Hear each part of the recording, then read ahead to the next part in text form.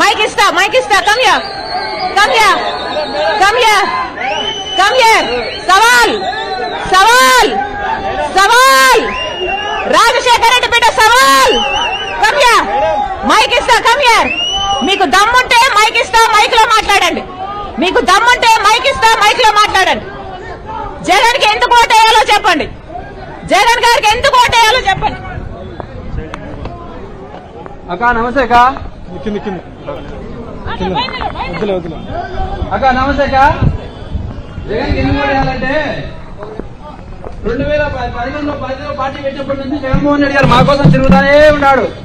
ఈ సమస్యలు ఏమున్నాయో మా కోసం వచ్చినాడు, విన్నాడు, మా సమస్యలు విన్నాడు, నేను ఉంటానని చెప్పిన మాట ప్రకారం జగన్మోహన్ రెడ్డి గారు మాకన్నీ చెప్పిన ప్రతి ఒక్క హామీ నెరవేర్చినాడు.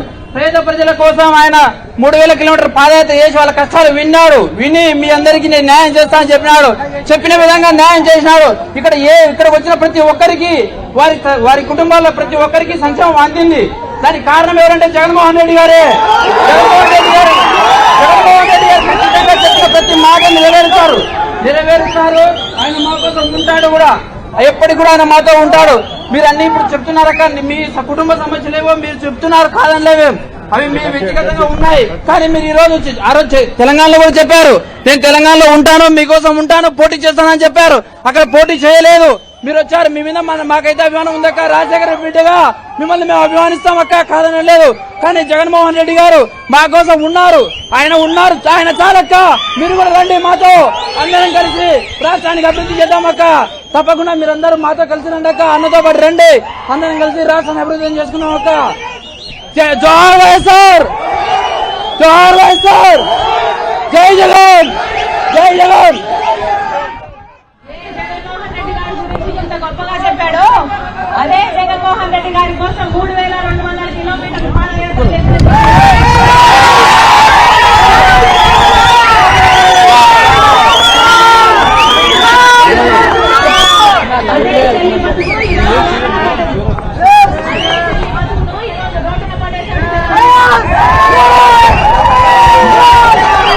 రాజశేఖర రెడ్డి కొడుకు అని మేడమే తీసుకోవట్లేదన్న, ఇయ్యండి మేడమే వద్దంటుందన్న. ఒక్క మాట కూడా నిలబెట్టుకోలేదు జగన్మోహన్ రెడ్డి గారు. ఇదే జగన్మోహన్ రెడ్డి గారు ఎలక్షన్లకు నిలబడితే బాయ్ బాయ్ బాబు క్యాంపెయిన్ లో బాయ్ బాయ్ బాబు క్యాంపెయిన్ లో నేను చెప్పిన మాట ఏమిటో తెలుసా? జగనన్నకు ఓటేయండి, జగన్మోహన్ రెడ్డి గారు బీజేపీ తలలు వచ్చుతాడు, ప్రత్యేక హోదాను తీసుకొస్తాడు అని చెప్పింటాను నేను.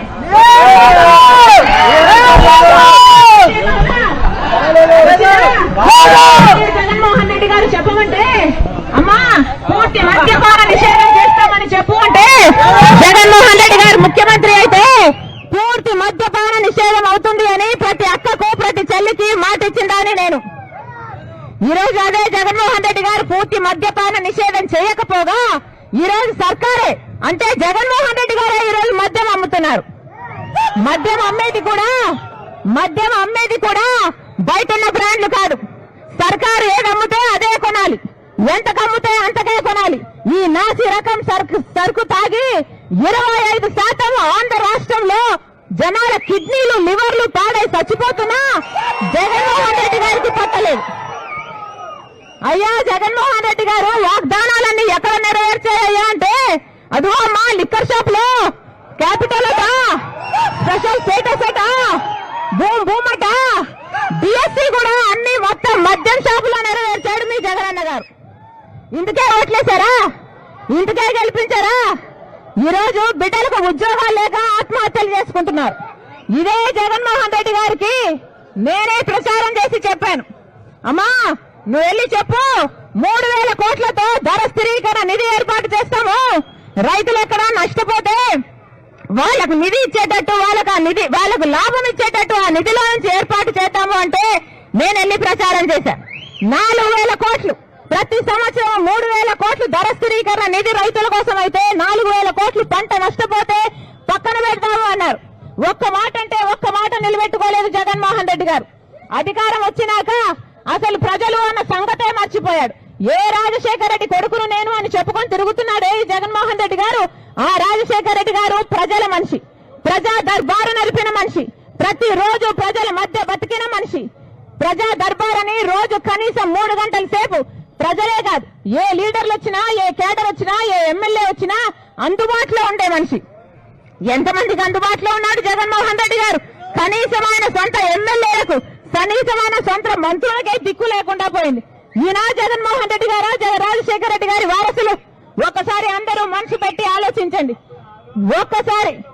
ఒక్కసారి న్యాయం ఎటువైపు ఉందో అటువైపు నిలబడండి. లేకపోతే భవిష్యత్తు మిమ్మల్ని క్షమించదు, చరిత్ర మిమ్మల్ని క్షమించదు. నేను నిలబెట్టాను. ఎప్పుడైతే వైసీపీ పార్టీ భూస్థాపితం అయిపోతుంటే రాజశేఖర రెడ్డి బిడ్డ తన భుజానేసుకొని నిలబెట్టింది వైసీపీ పార్టీని. అలాంటిది ఇప్పుడు ఎలా తయారైంది వైసీపీ పార్టీ? ఎక్కడ చూసినా ల్యాండ్ మాఫియా, ఎక్కడ చూసినా వైన్ మాఫియా, ఎక్కడ చూసినా శాండ్ మాఫియా. ఎవరు బాగుపడ్డారు? ఇది కాదు రాజశేఖర రెడ్డి గారి సంతానం, ఇది కాదు రాజశేఖర రెడ్డి గారి వారసత్వం. రాజశేఖర రెడ్డి గారి వారసత్వం అంటే ప్రజల కోసం బతకాలి, ఇంటి ఇచ్చిన మాట కోసం ప్రాణమైనా ఇవ్వాలి. అది రాజశేఖర రెడ్డి గారి రక్తం, ఇది రాజశేఖర రెడ్డి